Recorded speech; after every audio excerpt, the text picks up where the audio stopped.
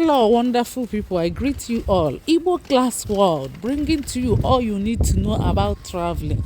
Please, today I'm going to give you a lot of jobs, a lot of links, a lot of contacts. Please watch the caption. Watch the caption. Click see more. It's going to be more and more and more. Keep clicking see more until you read everything. Ndị be anyị o nwere ihe mma agwa unu n'okwu Igbo na the end of this video, so gụchaa na ntị unu. Please save this video in case if you have someone that is battling with work opportunity in the UK. It's not easy. When you come new, you cannot get a job in the platter of gold. They need reference, they need their work experience. There is way you can do it and you will scale through, you will excel. Please, my people, listen and listen good. It's not easy. Don't ever think that when you come to UK immediately you will have job. No, there is a way we do it. There is a way they do it. There is a way they do their own things. It's not like that. It's not just very fast as you think. You have to stay and watch. You have to stay and learn. So, dear people, it requires patience.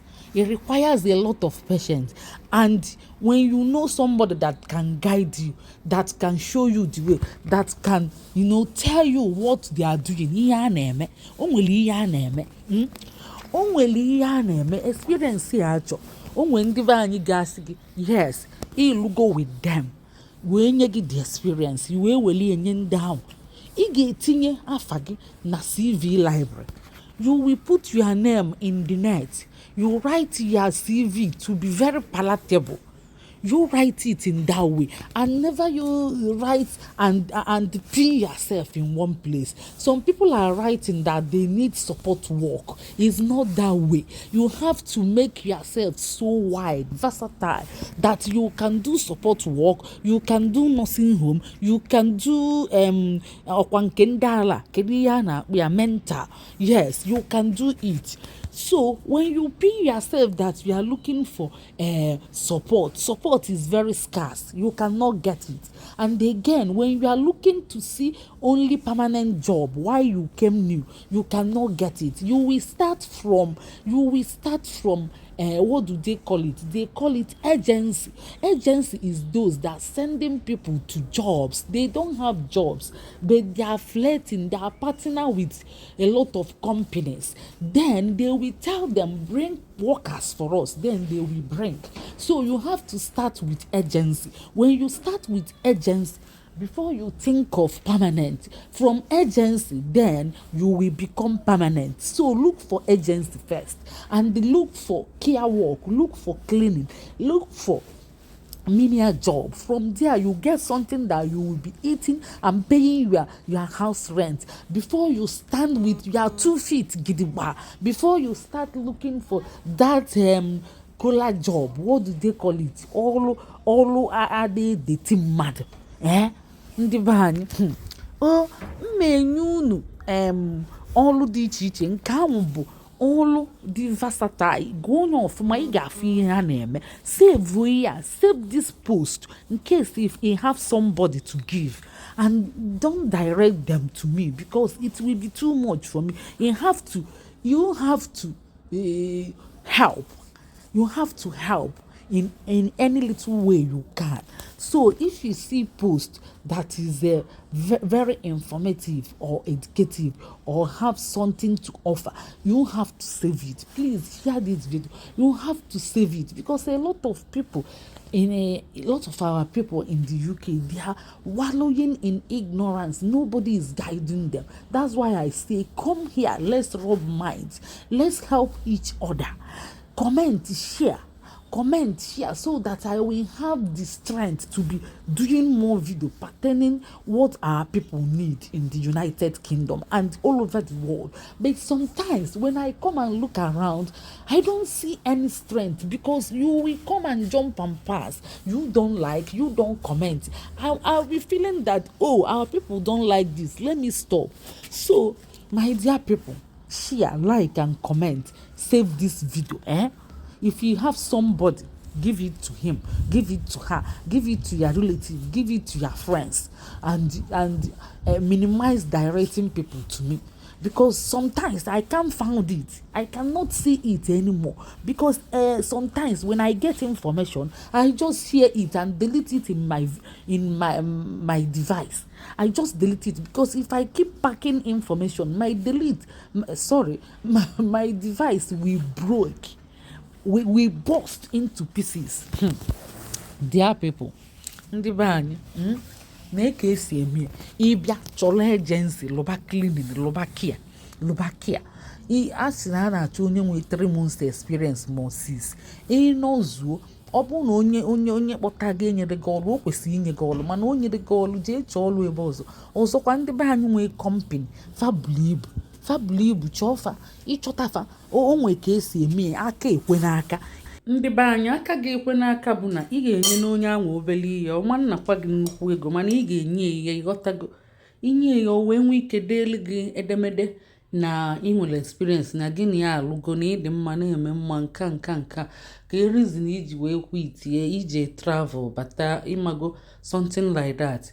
So ụmụnne unu jisi ike ka unu nweta ihe unu na-achọ. Ọ dịrị izi onye bịa ọfụ ọ na-ataju afọ when you are new, you don't know your right from your left. You have to go and make friends with those that have stayed there for a long time, and if you see that you can't gather any information from that person, stay away from that person, because some people, they are hiding like no any other thing. They know but they don't want to give it out. Some people, they don't know, they just they came and they have opportunity, maybe the brother or sister guided them, they don't know any other thing. Some people, they don't know, true they don't know, but some people, they are hiding it so that you will suffer. So my dear people, agency, go and look for agency.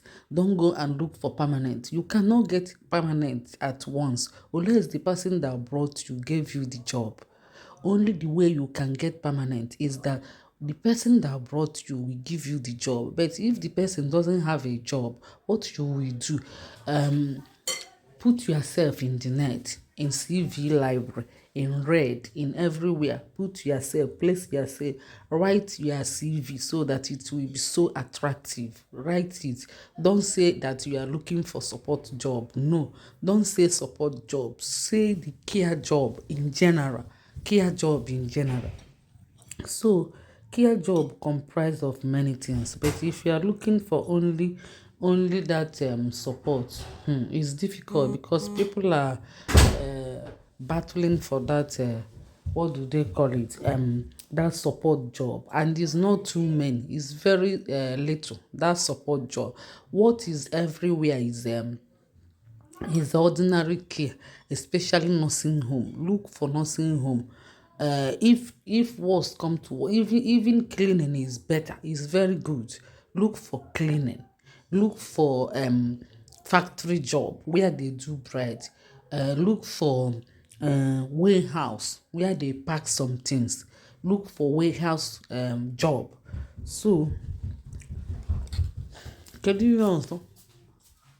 Amara m ihe ọzọ m na-agwa school. Ihe unu ga-eme bụ unu share video. Unu share video. Ọ ya dị ezigbo mma.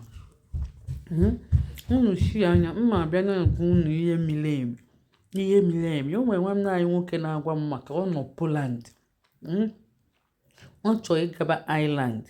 So ị nọ Poland. Yes, ndị be anyị, nwete ndị be anyị nwere company ebe a, care connection. Iyi ekwefa n'aka. Aka ga-ekwe n'aka. Na-aghọtago ikwefa n'aka. Ịmagolele ndị uwe ojii si eme. Ikwefa n'aka maka ọma bụrụ nwere ọbụrụ nwanne gị ọbụrụ nwanne gị. So ikwuye n'aka ụdịrị gị na ọ magite ete na ịdị mma na-eme mma na gị na ya alụbugo. Onye gị reference, nye gị experience. Iwelijelu bọọlụ gịnị? Ọ bụ ọlụ ị ga-alụ bụ ọlụ agency. From there ịnọkwata maka ịchọbakwa ọlụ white collar job a ma ọ bụ ọlụ permanent ọ ya achakwa ahụ.